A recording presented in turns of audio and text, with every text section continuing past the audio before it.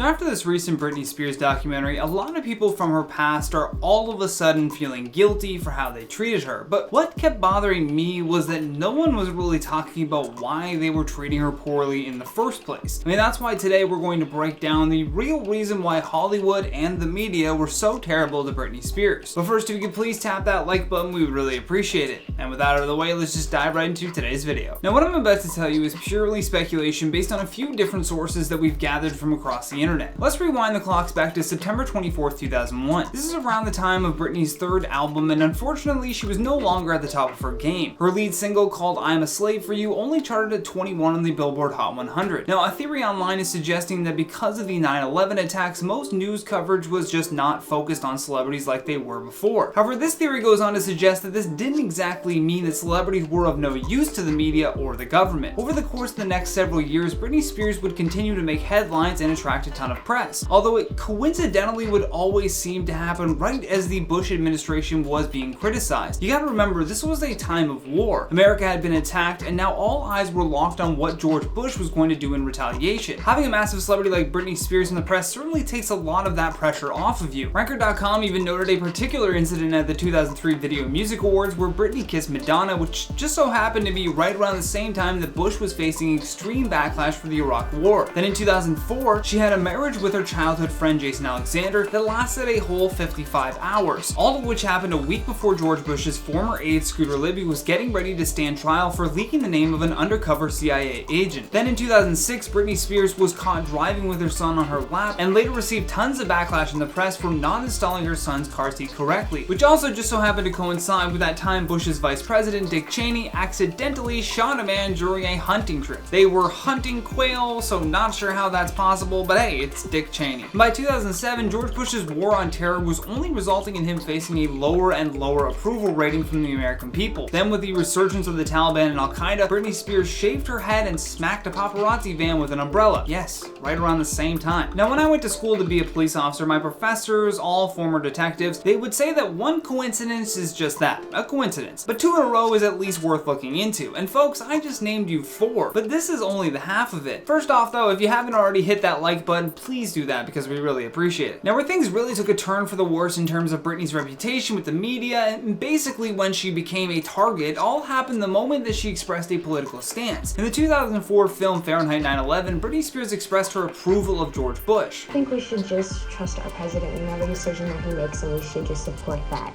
you know, and be faithful in what happens. Do you trust this president? Yes, I do. In my opinion, that was it. Even before Trump, endorsing someone from the Republican Party just opened you up to be made fun of on Saturday Night Live. Although, let's not forget what Sarah Silverman said at the MTV Awards in 2007. 25 years old, and she's already accomplished everything she's going to accomplish in her life.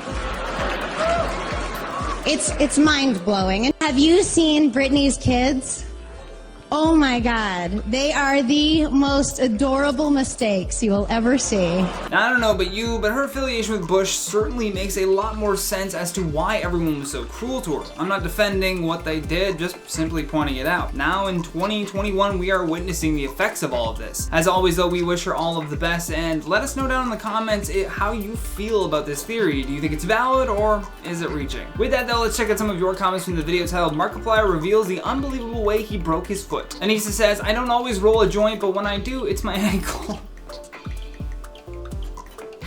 Oh, I bet your doctor doesn't find that joke funny. Heather says, I think he also broke his nose twice within a couple of weeks of each other. Man, broke his nose twice? That's wild. Someone get this man a bubble. Night Rain Raven says, Mark needs to be put in a bubble. See, this is...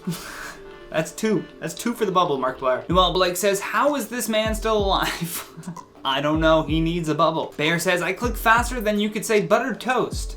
That's pretty fast. Probably because he has his notifications turned on. Make sure you get those notifications turned on. Hit that bell. Bing. Just make the noise too when you hit it. Bing. But for now, that has been today's video. Thank you guys so much for watching. I've been your host, Johnny Rogers, and until next time, stay classy, YouTube.